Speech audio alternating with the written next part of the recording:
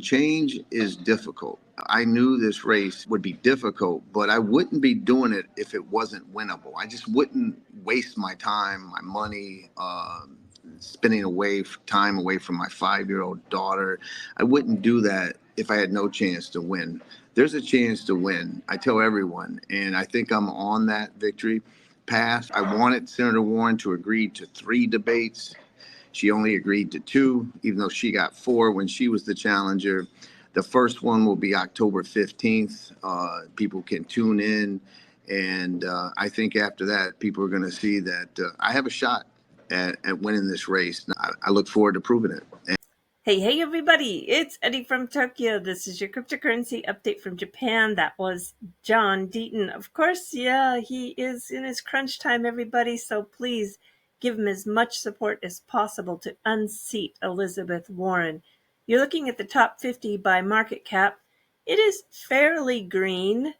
It's just, one of those days where we're really trying with Bitcoin, trying to go over the hump of 66,000, but just hasn't been able to do it today.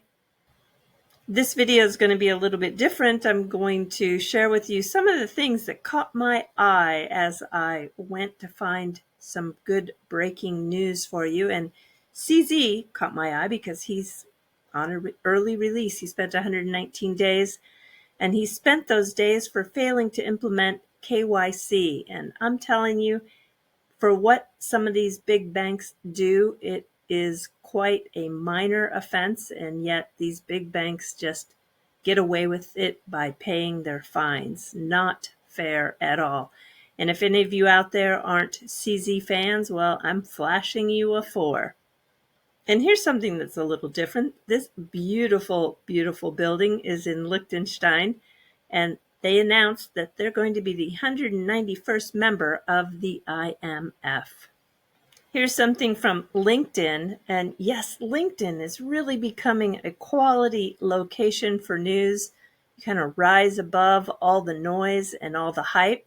This is Raul Advani. He's the policy guy at Ripple. He and Fiona Murray were on a week-long whirlwind tour. Yet Fiona took the place of, Brooks Entwistle. And it's still really strange. He's listed on the LinkedIn as still holding a position with the Ripple, but I just can't find anything that he's doing. So it's a huge mystery to me.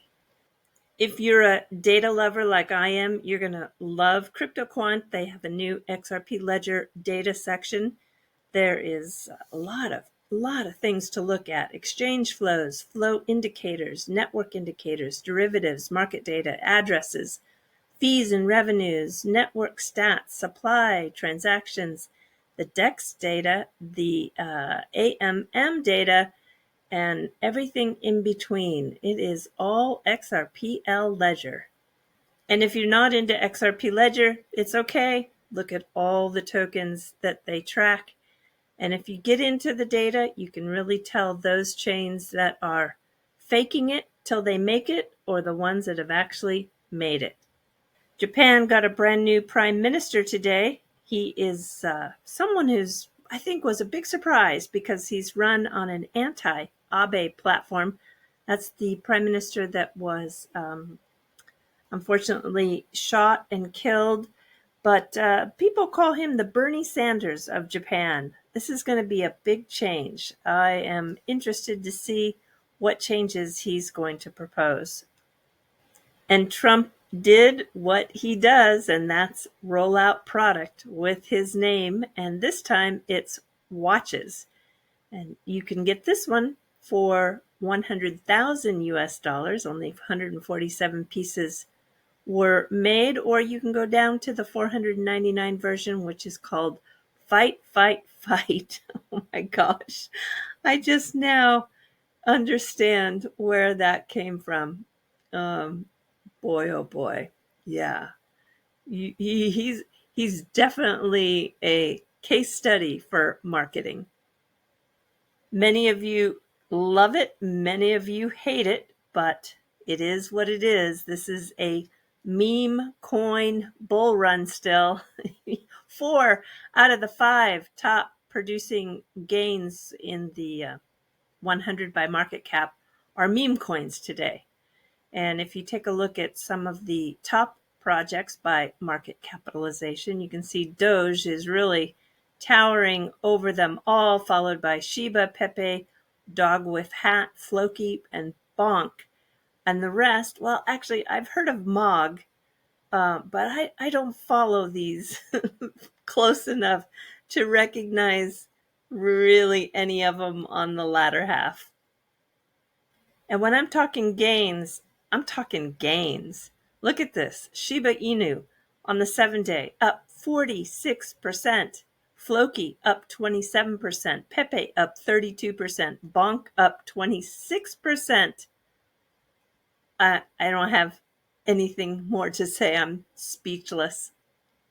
I got some pushback in the comments, as I sometimes do, which is okay, in yesterday's video. And that was, they said, well, I'd been shilling XRP in Japan for so long. What am I now doing telling about all these other payment products that are rolling out in Japan? Well, yeah, I have been talking strongly about SBI supporting the digital asset XRP since 2018. But this is not 2018.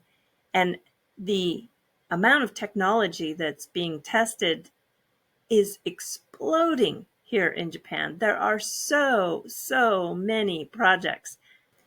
Here's one of those conferences that are occurring out there. This is going to take place on October 22nd and 23rd, the 8th annual Fintech conference. But what is really interesting is there's somebody that is going to speak with Mr. Garlinghouse, which is super rare these days.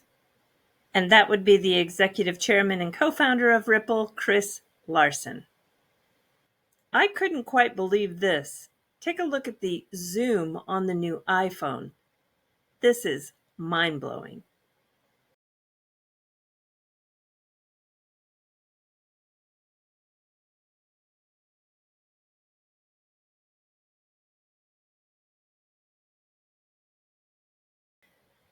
I'm going to let John take you out on a little bit more of that interview that he had on Genfinity with King Solomon and Darren Moore. So until next time, do take care. Sayonara for now. Bye-bye. You know, whenever disruptive technology happens, they laugh at you at first, they dismiss you, then they get the regulators to sue you and they fight you, and then they finally adopt you. Going into the Senate, there's a lot of parallels, right? Because I would be considered a disruptor. I'm somebody who's not, just loyal to a party or a person or an agenda like Senator Warren. Part of my job when I win is to educate legislators in the Senate. And when Senator Warren introduced her bill that's a de facto ban on Bitcoin and self-custody of crypto in the United States, she had like 20 senators join her, some Republicans, Marshall from Kansas, Lindsey Graham. Now, they didn't understand that it was a ban, but that's a scary thought that she could get 20% of the Senate just by titling the bill a certain way and them just saying, oh yeah, I'll join with you on that. Now they've all retracted, I believe, their support for that bill, but that's the challenge. I believe Senator Warren is the epitome of what happens in Washington, D.C. 12 years ago, she swore she was going to go to Washington and hold the bankers accountable. 12 years later, they write her bills, they finance her campaigns. Technology and innovation should never be a partisan issue where Republicans are seeming to be more open to it and Democrats less, but still with the Democrats, if you notice, it's a generational thing. The older Democrats seem to be, we don't understand it. We don't want to learn it. Why change? Why even deal with this? Whereas the younger Democrats seem to be embracing it more. So something that we've all known, like it's here to stay. Is it going to be an easier transition the next few years, or is it going to be some more friction depending on the election results? Vice President Harris's campaign wanted to do a reset on crypto.